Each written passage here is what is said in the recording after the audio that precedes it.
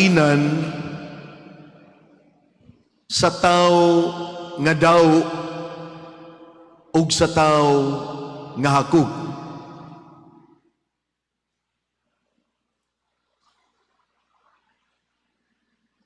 Posible ba nga ang usa ka tawo nga daw hakog usab? Posible ba nga ang usa ka tawo nga hakog daw usab? Unsa may kalainan ni anang duha ka kinaiya? Mauni kalainan. Ang tao nga daw dili manghatag sa unsay iyang gihuptan. Kahibaw siya sa iyang gihuptan nga butang ug dili siya makamaong mopaambit niini. Maunay tao nga daw.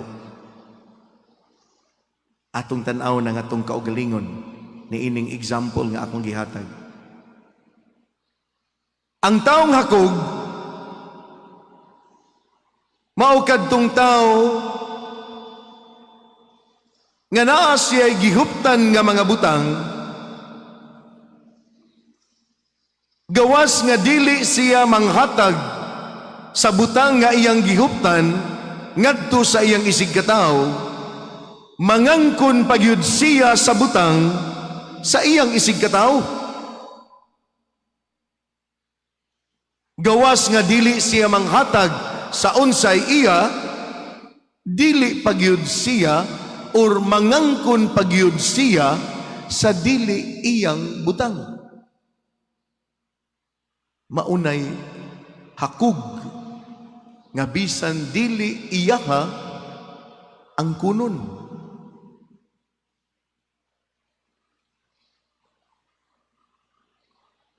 Ang atong Ginoo sa Ebanghelyo nagpahinumdum kanato nga namati sa iyang mga pulong nga magmatngon kita nga dili kita mahulog sa litag sa pagka materialistic ug sa pagka hedonistic. Jesus warns his listeners of the dangers of being materialistic or hedonistic. What is materialistic? Ang mga tao nga materialistic maingon ta naghatag og atensyon sa iyang gihuptan nga bakandi ug unya ang iyang hunahuna naaragyod sa maong mga butang ug siya nagplano unsaon pagpalambo kanang maong mga butang.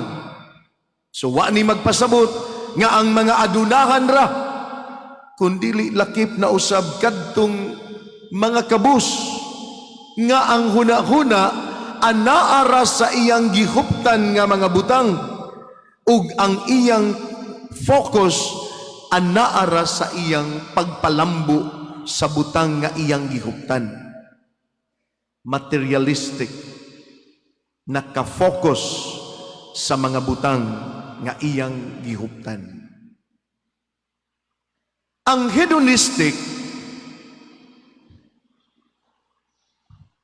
mao kadtong mga tao nga ang gitan-aw ang iya lang kaugalingong panginahanglan, ang iya lang personal nga kinabuhi nga unsay makapalambo, makapalipay kaniya ug ang iyang pagtagbaw sa iyang kaugalingon. Mas grabe ni itandi ni adtong materialistic nga tao. Ang hedonistic, ang iyang pagtanaw anaara sa iyang kaugalingon, ang iyang personal nga panginahanglan sa pagangkon og kalipay sa iyang kinabuhi ug pagtagbaw sa iyang kalipay adlaw-adlaw sa iyang kinabuhi. Mga igsuon, sa unang pagbasa, gipahinumduman kita gikan sa basahon sa Ecclesiastes. Niingon diha sa basahon, maghago kauban sa tanan mong kaalam, kahibalo ug katakos, apan sa katapusan lain ang magpahimulos niini. Ang atong paningkamot karon nga buhi pata, atong gihuna-huna para sa atong kaugmaon, para sa atong katagbawan, para sa atong kaugalingon. Ug kun ang imong focus, kun ang imong tumong naara gyud sa maong mga butang, pagkaalaot nato nganuman tungod kay dili man nato mada ang mga butang nga atong gihuptan karon. Bisag unsa pa kita kaadunahan, ang butang nga imong gihuptan magpabilin ra dinhis kalibutan ug lain ang makapahimulos niini. Nagmangandoy tag taas nga kinabuhi, mangandoy ta nga moabot ang atong edad og 150.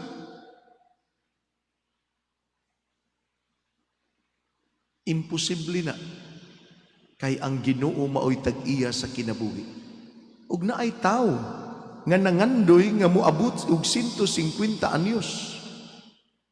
Kaila mo ni ining tawhana? Gihinganlan siya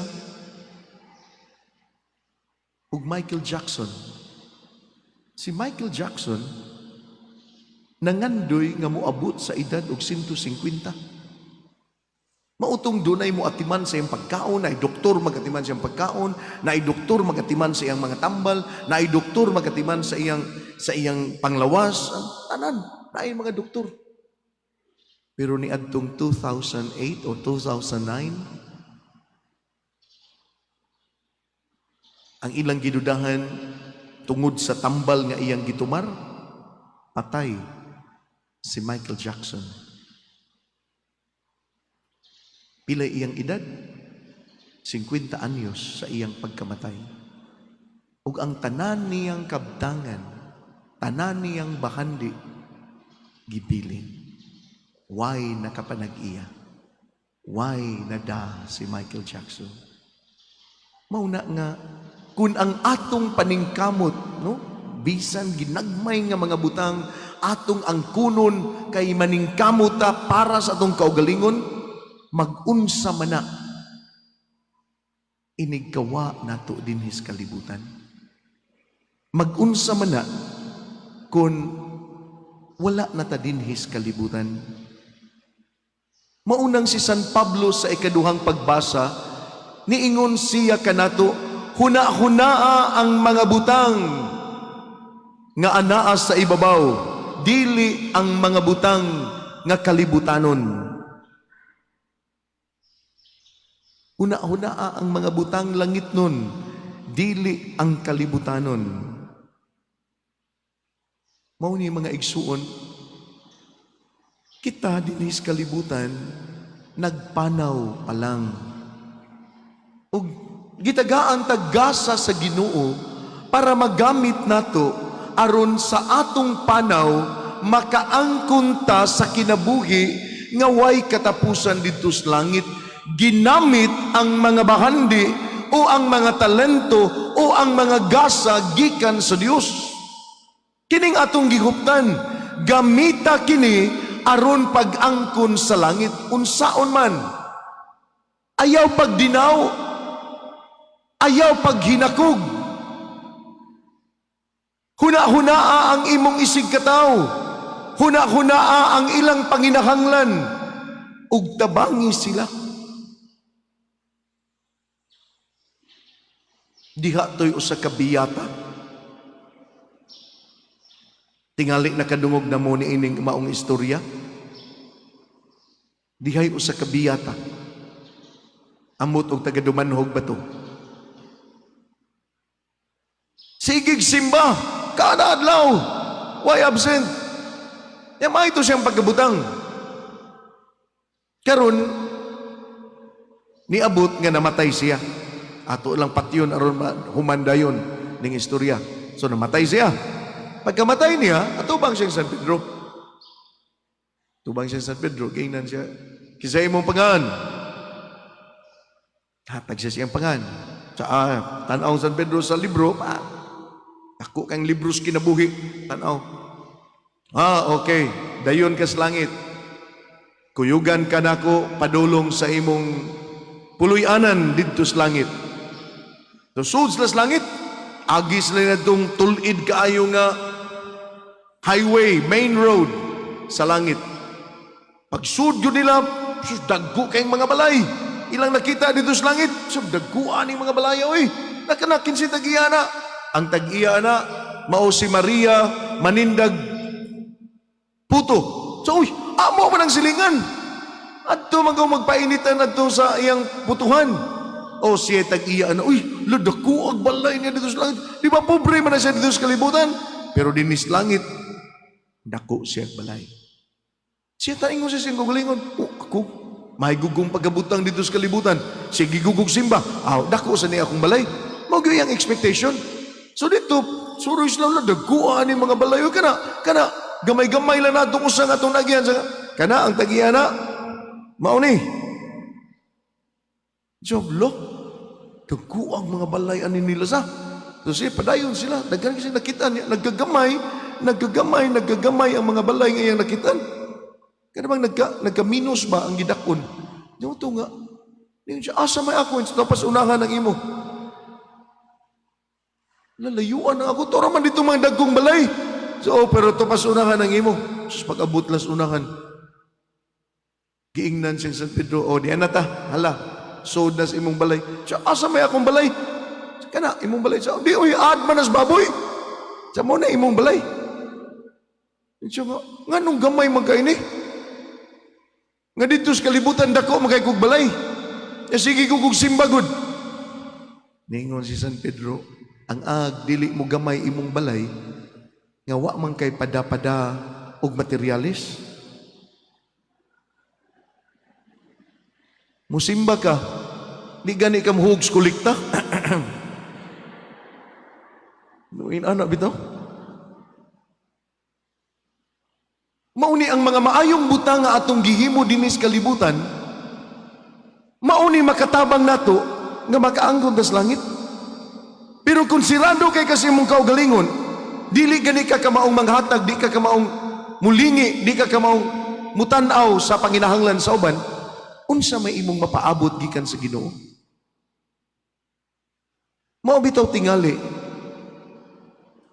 nga wala ta padauga og loto. Kay kung makadaog patag loto, musamot kabati ang atong batasan. Ngano man? Bati na ganito batasan nga wa pa ta kadaog, labi na gyud makadaog ta. Ngano man? Tungod kay mangural man dayon ta. Kay hadlok naman ta nga tulison, koralon na to ang atong balay. Kay hadlok ta nga sulngon sa mga tao or mangayo balato sa atong daog. Ingon anang atong kinaiya. So mausab ang tanan.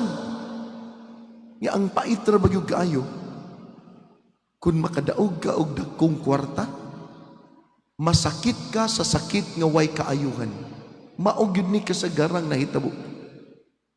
Masakit ka sa sakit nga way kaayuhan. Kay bawo mo unsa nang sakita? Ang pagkabuta ug pagkabungol. Mabuta ka nga dili na maayo hangtod sa hangtod. Uy, kaluoy din nato. Kanang among silingan padri. Kadaog man na siya og permis tigbakay.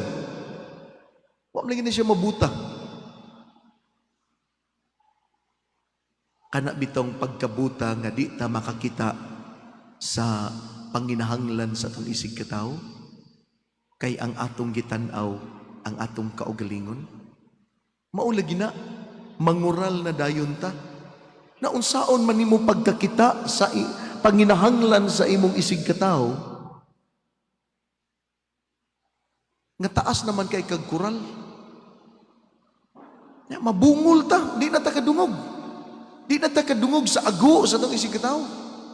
Di na kadungog sa ilang mga kalisod sa kinabuhi. Ingon ana, ang may tabo na to. Na ang importante sa kinabuhi, dili kining kinabuhian. Ang importante sa kinabuhi, maukadtong kinabuhi, human ni ining kinabuhian. Ang tanan iya sa Ginoo. Ang tanan nga mga butang kalibutanon iya sa Ginoo. Busa gihatag kana kanato, gipiyal kana kanato, dili para sa atong kaugalingon lamang, kundili alang sa atong isig katao. Kung nakadawat ka sa panalangin sa Dios, kung nakadawat ka o nakapanunod ka sa inheritance sa imong katigulangan, wa magpasabot nga imo kana para sa imong kaugalingon. Dili. Kundili para usab ka na sa imong isig katao. Alang usab ka na sa imong isig katao. Labi na gyud og nakapanunod mo sa kayutaan sa imong mga ginikanan, angay mong mahinumdum ug magpasalamat sa inyong katigulangan. Unsaon man ninyo sila pagpasalamat, iampo sila. Pagpamisa mo para pagampo sa ilang kalag. Na dinhis ato, kabantay mo,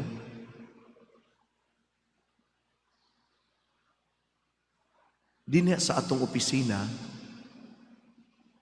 niingon ang Kardinal manggod sa una nga, dili ta magpasagad og release og mga certificates, baptismal, marriage, death certificate, ingon ana, dili magpasagad. Ilabi na kun gamiton para sa yuta ug sa kabtangan. Maunang, kung mukuha mo og baptismal certificate para sa inyong apuhan pananglitan, naagyud may pangayuon nga requirement para makakuha mo sa certificate sa inyong katigulangan. Aron paglikay sa away, kay mauman ni kasagaran hinungdan sa away, magpatay ang matag sakop sa pamilya, kay nakaangkon sa dakong bahin pakat sa yuta. Ang among pangayuon, pagtugot, labi na kon ikaw sungkod ra ka, apura kas tuhod pananglitan, unya mo kuha ka og baptismal certificate para sa imong apuhan, unya naapay buhi pa ang mga anak sa maong apuhan, ang iyang mga anak buhi pa, nga ikaw nga apo sa sungkod, mao'y mangayo og certificate. Ang among pangayuon, pagtugot gikan sa iyang mga anak.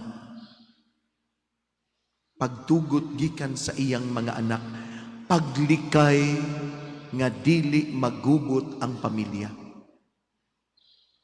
Kay mao man ni sinugdanan sa kagubot, ang tanan gustong moangkon, ang tanan gustong makatilaw, ang tanan gusto nga makapanag-iya. Maunang kun mahimong patayon, patayon, kun mahimong awayon, awayon. Dunay mga tao nga mipalit og luna, mibayad sa luna, ang gibayran ang tag-iya sa luna, ang igsuon sa tag-iya sa luna, nag-apil-apil. So may labot nimo. Wa kay labot kay ako ning katungdanan, ako ning propriedad. No ingon ana. Pero lagi, unsa may mahimo nato ni anang maong mga butang. Kita mga piniyalan lamang. Og isip mga pinayalan, kinahanglan atong gamiton ang mga butang nga gipiyal sa Dios kanato para sa atong kaluwasan. Gamita. Ayaw ka na gamita para sa imong kaugalingon lamang. Kundili gamita ka na para pagtabang sa imong isig katao. Ug sa matag higayon nga kita mutabang, sa matag higayon nga kita mutunol og hinabang, usa ka na ka material sa atong gipundar nga bahandi didto sa langit. Maunang ang pulong ni Kristo sa Ebanghelyo, unaha pag-angkon ang mga butang langit nun, dili ang kalibutanon, ni anang paagiha, mahatagan o katumanan. Dili lamang kadto sila nga nag-angkon og mga dagkong mga butang ang gitumong niining maong ebanghelyo, kundili kitang tanan nga naghupot bisan og diyutay nga bahandi. Kay kanang diyutay nga atong gihuptan, dili na para ato lamang, kundili para usab kada sa mga tao nga nanginahanglan. Kinsa man sila nga nanginahanglan nga mga tao karon, ang atong mga igsuon nga biktima sa linog, sila ang labing nanginahanglan sa atong tabang. Manindog pali